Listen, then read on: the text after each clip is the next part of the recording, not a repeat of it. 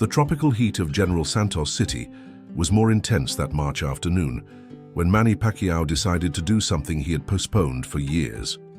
Sitting in his private office, he held between his hands a yellowed photograph showing a simple concrete building with small windows and a dirt courtyard. It was Kibawe Elementary School, where he had taken his first steps into the world of education before extreme poverty forced him to abandon his studies as a child.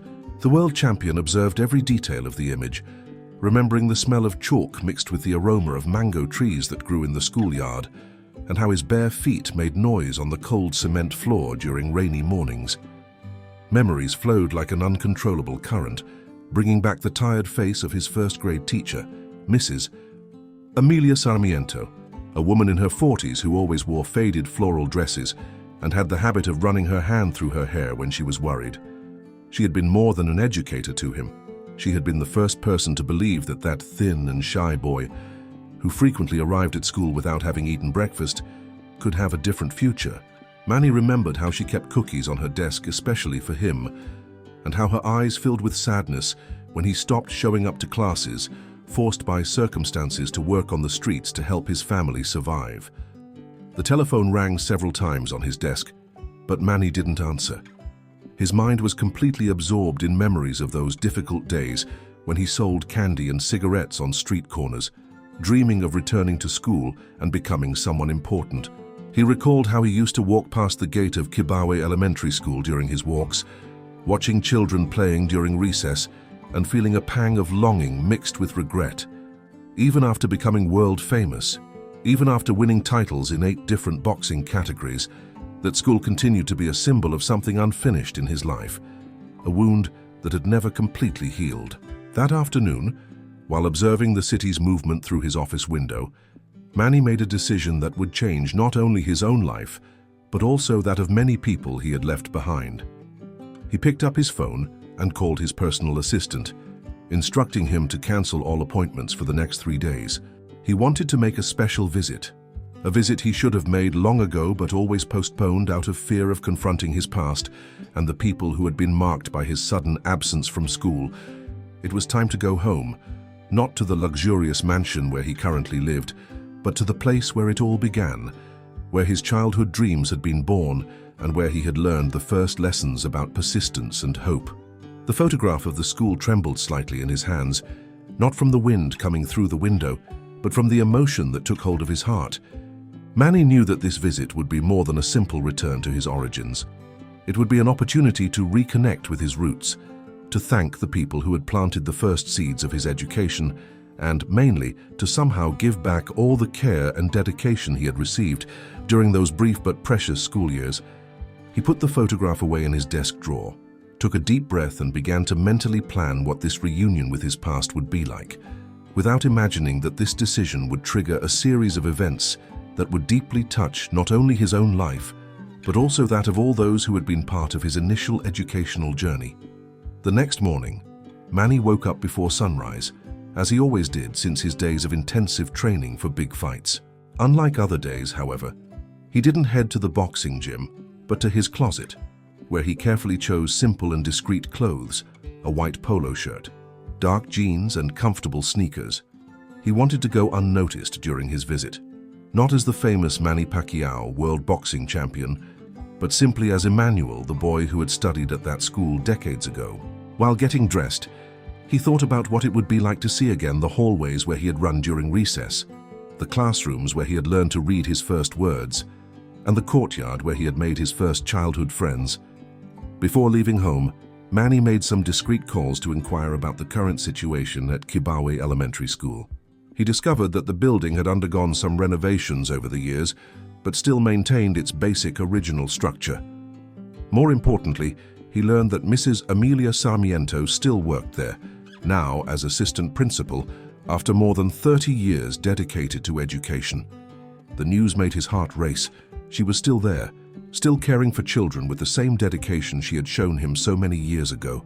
He also discovered that there were other old staff members who still worked at the school, people who would possibly remember him and who had dedicated their entire lives to that institution, even receiving modest salaries that barely covered their basic needs. During breakfast, Manny barely touched his food, lost in thoughts about how he would be received at the school. Would Mrs. Amelia still remember him? Would she hold any resentment for him having abandoned his studies so early? These questions made him anxious, but also determined to go through with his plans. He picked up his phone and began doing some discreet research about the working conditions of teachers and staff at public schools in the Philippines, discovering information that left him deeply moved. The salaries were extremely low, working conditions were precarious, and many educators struggled to support their own families while dedicating their lives to teaching community children. Around 10 in the morning, Manny left home personally, driving his most discreet car, a dark sedan with tinted windows that he rarely used. As he drove through the familiar streets of General Santos City, he observed how the city had changed over the years. New buildings, paved streets that were once dirt roads, modern commercial establishments where there had once been only simple shacks. However, the closer he got to the area where the school was located, the more humble the constructions became and the streets returned to that familiar appearance of his childhood. Manny's heart beat faster and faster, mixing nervousness with deep emotion as he recognized every corner, every tree, every small business that had marked his childhood. When he finally spotted the gate of Kibawe Elementary School, Manny parked his car across the street and stayed for a few minutes just observing. The building seemed smaller than he remembered, but it maintained the same light blue paint tone on the walls and the same small windows that let the cheerful sound of children's voices escape. He could see children playing in the courtyard during recess, running and laughing the same way he had done decades ago. Some trees had grown, others had been cut down, but the essence of the place remained intact. Taking a deep breath and trying to control the emotion that threatened to overflow, Manny finally got out of the car and walked slowly toward the school gate, carrying with him not only the emotional baggage of his memories, but also a secret plan that had begun to form in his mind during those moments of silent observation. Manny crossed the school gate with cautious steps, trying not to draw attention. The security guard, an elderly man named Mr. Teodoro Villanueva, greeted him politely without initially recognizing him, asking if he was a parent of some student or if he had any business to deal with at the office. Manny replied that he would like to speak with the principal, explaining that he was a former student of the school and was visiting the city.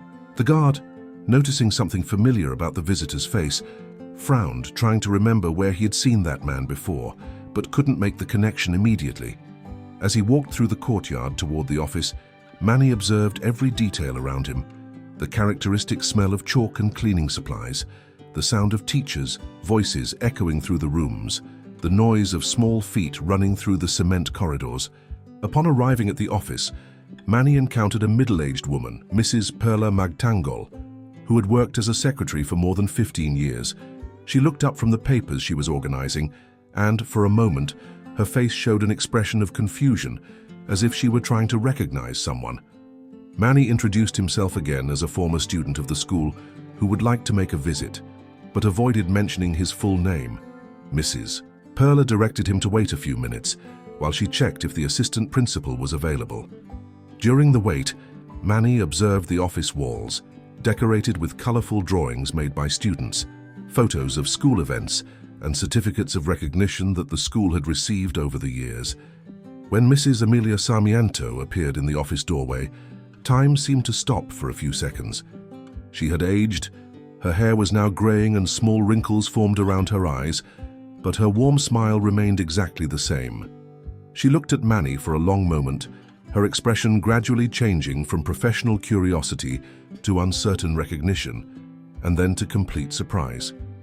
Her hands trembled slightly when she whispered the name Emmanuel, as if she couldn't believe what she was seeing. Manny felt his eyes fill with tears upon hearing his childhood name pronounced with the same affection as decades ago. And he confirmed with a nod, seeing how his former teacher's eyes also moistened with emotion. The hug that followed was long and full of meaning, loaded with years of longing and unanswered questions.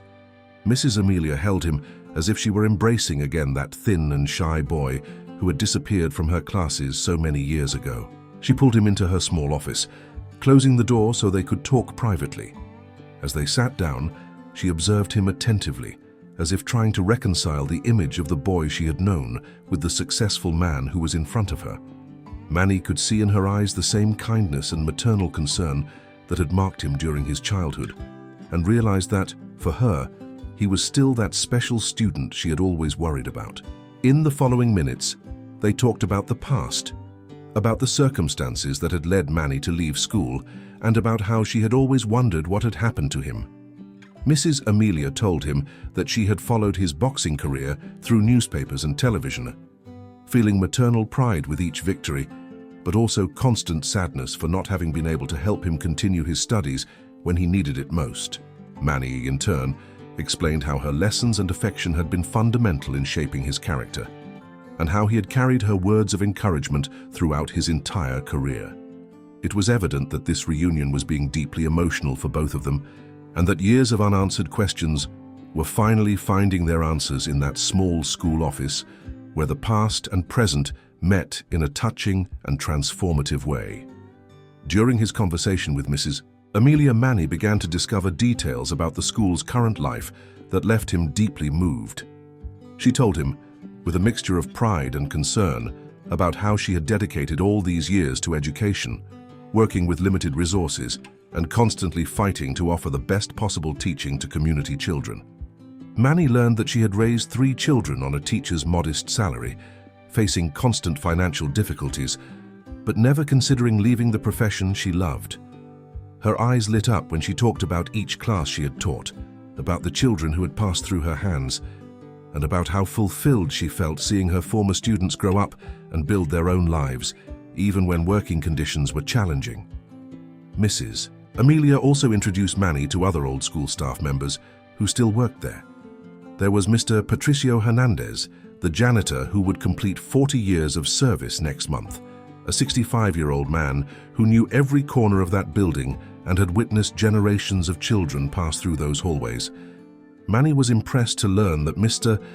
Patricio worked from very early in the morning until late at night, taking care of the school's cleaning and maintenance with impressive dedication, even receiving a salary that barely covered his basic needs. The janitor had raised 6 children with his wife, and some of them had studied at that same school where he worked, creating a deep family connection with the institution. He also met Mrs. Babylyn Cruz, the lunch lady who had prepared school meals for more than 20 years, a robust and cheerful woman who treated each child as if they were her own family. She told Manny how she personally worried about ensuring that each child received a nutritious meal, often using her own resources to supplement ingredients when the school's budget was insufficient. Manny learned that she woke up at 4 in the morning every day to begin meal preparations, and that she frequently took extra food home to feed children she knew were in need, demonstrating generosity that went far beyond her professional obligations. During a walk through the school, Manny closely observed the conditions of the facilities and was touched by the staff's dedication to keeping everything clean and organized, despite obvious limitations. The desks were old but well cared for, the walls needed painting but were always clean, and the few available teaching resources were used with maximum creativity by the teachers. He noticed how Mrs. Amelia knew each student by name, knew about their families and individual difficulties, and how the other staff members worked in harmony to create a welcoming environment for the children. It was evident that these people had transformed education into a life mission, putting children's well-being above their own financial needs. At the end of the afternoon, while observing the routine of ending school activities, Manny felt his heart tighten upon realizing the contrast between these people's unlimited dedication and the material limitations they had to deal with daily. He saw Mr. Patricio carefully sweeping each classroom, Mrs. Babylyn personally washing all the kitchen utensils, and Mrs. Amelia checking that all children had been picked up by their families before locking the school doors. It was a routine that had been repeated for decades, executed by people who had chosen to dedicate their lives to educational service, even facing constant financial difficulties. At that moment, Manny understood that there was much more to do than simply revisit his childhood memories. He had found a real opportunity to give back all the care and dedication he had received, and his mind began to formulate a plan that could make a significant difference in the lives of those special people. That night, Manny returned home with his heart and mind full of the images and stories he had discovered during his visit to the school. He couldn't sleep properly, spending hours awake thinking about the extraordinary dedication of Mrs. Amelia, Mr. Patricio, Mrs. Babylyn, and all the other staff members who had dedicated their entire lives to that institution. Sitting in his private office, he began making calculations and research about each of their financial needs, trying to understand how he could help significantly without creating embarrassment or appearing condescending. He wanted his help to be genuine and respectful, recognizing the immense value of the work these people performed daily. Manny decided that he wouldn't make a grandiose and impersonal donation to the school, but rather something more intimate and personal for each staff member who had touched his life and continued to touch the lives of hundreds of children. He began discreetly researching the specific situations of each person. He discovered that Mrs. Amelia had been saving for years for a small renovation of her simple house, that Mr. Patricio needed medical care for a knee problem that had been bothering him for months, and that Mrs. Babylyn dreamed of opening a small snack bar to supplement her income after retirement. Each personal story he discovered only reinforced his determination to do something special and individual for each of them. During the following days, Manny worked silently with his trusted personal assistant and accountant to organize the details of his plan. He didn't want publicity or public recognition. His goal was simply to give back, from heart to heart, all the generosity he had received during his childhood. He decided he would return to the school a week later. During a special meeting, he would ask Mrs. Amelia to organize with all the old staff members. He invented a plausible excuse, saying he would like to make a small presentation about his life journey to inspire the school children, when in fact his plan was much deeper and more personal. Manny also took care to research labor and tax laws to ensure that his help would be done in the most appropriate way possible, without creating bureaucratic problems for the beneficiaries. He wanted each gesture to be perfect, respectful, and to really make a difference in the lives of those special people. During his research, he discovered even more touching details about the staff's dedication, how Mrs. Amelia frequently used her own money to buy school supplies for needy children, how Mr. Patricio had fixed school equipment using his own tools, and how Mrs. Babylyn had already taken sick children to the doctor when their families couldn't do it. On the eve of his second visit to the school, Manny spent the entire night organizing the final details of his plan. He had prepared personalized envelopes for each staff member, each containing a handwritten letter expressing his personal gratitude and explaining how that person had impacted his life in a special way. Along with each letter, there was a surprise he had carefully planned based on each person's specific needs and dreams. His heart beat fast with nervousness and emotion, as he knew that the next day would be a transformative moment, not only for the school staff, but also for himself. It was his opportunity to close an emotional cycle that had remained open for decades, demonstrating that the seeds of kindness planted during his childhood had germinated and flourished in a way that his former teachers and staff could never have imagined. On the morning scheduled for his second visit, Manny woke up with a mixture of nervousness and expectation that he hadn't felt since his big boxing matches. He dressed again simply and discreetly, but this time he carried with him a leather briefcase containing the envelopes he had prepared with such care during the week. As he drove to the school, his hands trembled slightly on the steering wheel, not from fear, but from a deep emotion that grew with each block traveled. He knew he was about to experience one of the most significant moments of his life, a moment that transcended any victory achieved in boxing rings around the world. Upon arriving at Kibawe Elementary School, Manny was warmly received by Mrs. Amelia, who had organized a small meeting in the school library with all the old staff members. The room was simply but warmly decorated, with some chairs arranged in a circle and a small snack prepared by Mrs. Babylyn. Present were Mrs. Amelia, Mr. Patricio, Mrs. Babylyn, along with 3 other staff members who had also dedicated many years of their lives to that school. Mrs. Marilu Santos, the retired librarian who still did volunteer work. Mr. Alfonso de la Cruz, a physical education teacher who was about to retire. And Mrs. Evelyn Ramos, a former secretary who now worked part-time. Manny began his presentation talking about his life journey, but focusing especially on the importance that school and those people had had in his formation. He told personal stories about how the lessons learned in that environment had accompanied him throughout his career, how the values of perseverance and humility he had absorbed there had helped him overcome difficulties in boxing rings. His words were loaded with genuine emotion, and it was evident to everyone present that he wasn't just making a formal presentation, but rather opening his heart, completely sincerely. The staff listened attentively, some with teary eyes, realizing how that boy they had known decades ago had become a grateful and humble man. During his speech, Manny carefully observed the face of each person present, memorizing their expressions and trying to control his own emotion so as not to prematurely reveal the surprise he had prepared.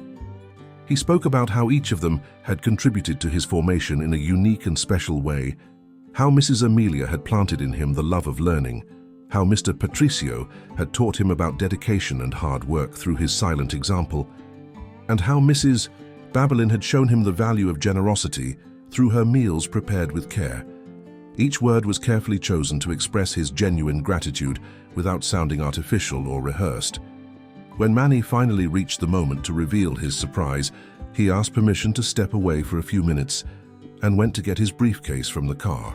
Upon returning, he explained that he had prepared something special for each of them, not as an obligation or charity, but as a sincere way to give back all the love and dedication he had received during his childhood. His voice trembled slightly when he began distributing the envelopes, explaining that each contained a personal message and a small token of his gratitude. The silence that settled in the room was loaded with expectation and emotion, while each staff member held their envelope with slightly trembling hands, not yet having any idea of the magnitude of what they were about to discover. Mrs. Amelia was the first to open her envelope, and when her eyes scanned the first lines of the handwritten letter, tears began to flow silently down her face. Manny had written several pages expressing how she had been fundamental in his life, how her words of encouragement had echoed in his mind during his most difficult moments in boxing, and how he had never forgotten the kindness with which she treated him when he arrived at school hungry and in patched clothes. Along with the letter, there was a check in an amount sufficient to completely pay off her house and still carry out all the renovations she had dreamed of for years, plus an additional amount so she could travel and visit places she had always wanted to see. When she finished reading, her emotion was so great that she couldn't speak. She just held the letter against her chest while crying with gratitude.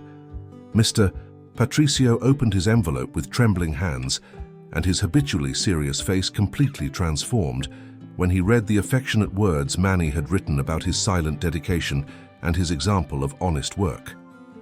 Manny had included resources for him to undergo all the medical treatments he needed, plus an amount that would guarantee a comfortable retirement for him and his wife. There was also a special letter for his entire family, recognizing the sacrifices they had made over the years and thanking them for allowing Mr. Patricio to dedicate so much of his time and energy to that school. The robust and reserved man, who rarely showed emotions, couldn't contain his tears when he understood the magnitude of the gesture, and for the first time in decades, he hugged someone in the work environment, holding Manny as if he were embracing a son. Mrs. Babylyn discovered in her envelope not only a touching letter about how her meals had been much more than simple food for him, they had been demonstrations of maternal love that helped him not give up during the most difficult moments of his childhood. Along with the letter, Manny had included the necessary resources for her to realize her dream of opening a small snack bar, plus an additional amount to ensure she would never again have to worry about financial difficulties. When she understood that her years of silent generosity were being recognized in such a special way, she got up from her chair and hugged Manny with a strength that surprised everyone, repeating through tears how he had always been a special child and how she had always prayed for him to find success in life. The other staff members present also received their personalized envelopes, each containing specific messages about how they had contributed to Manny's formation and financial resources carefully planned to meet their particular needs and dreams. Mrs. Marilu received funds to create a small community library in her home, fulfilling her dream of continuing to promote reading after her official retirement. Mr. Alfonso discovered resources to open a soccer school for underprivileged children, combining his passion for sports with his desire to continue educating young people. Mrs. Evelyn found in her envelope the means to complete the university course she had abandoned decades ago due to financial difficulties, plus funds to support her own children's education. The scene in the small school library transformed into a moment of collective emotion that transcended any expectation Manny could have had. There were no cameras, no publicity, no one to witness except the people who really mattered, those educators and staff members who had dedicated their lives to educational service, often without adequate recognition. Seeing the tears of gratitude and joy on each of their faces, Manny understood that this was the most important moment of his entire career, more significant than any world title he had won. It was the moment when he finally managed to give back, in a concrete and transformative way, all the love and dedication he had received during his formation, closing an emotional cycle that had remained open for decades and creating new possibilities for happiness and fulfillment for people who deserved much more recognition than society habitually offered them. In the weeks that followed that exciting meeting, the changes in the lives of Kibawe Elementary School staff were profound and transformative.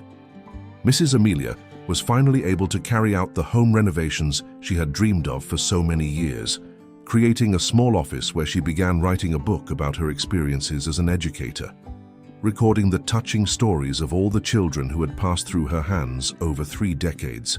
More important than material improvements, she experienced a sense of recognition and appreciation that renewed her passion for teaching, inspiring her to continue contributing to education even after her future retirement.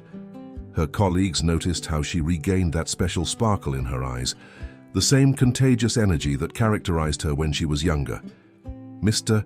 Patricio finally sought the medical treatment he had been postponing for months due to financial concerns, and his recovery was surprisingly quick and complete.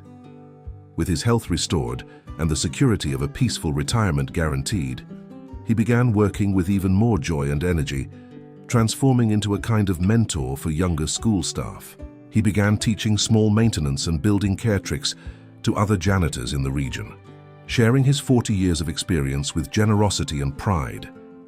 His wife commented to neighbors how he had returned to smiling frequently and how he seemed to have rejuvenated 10 years overnight.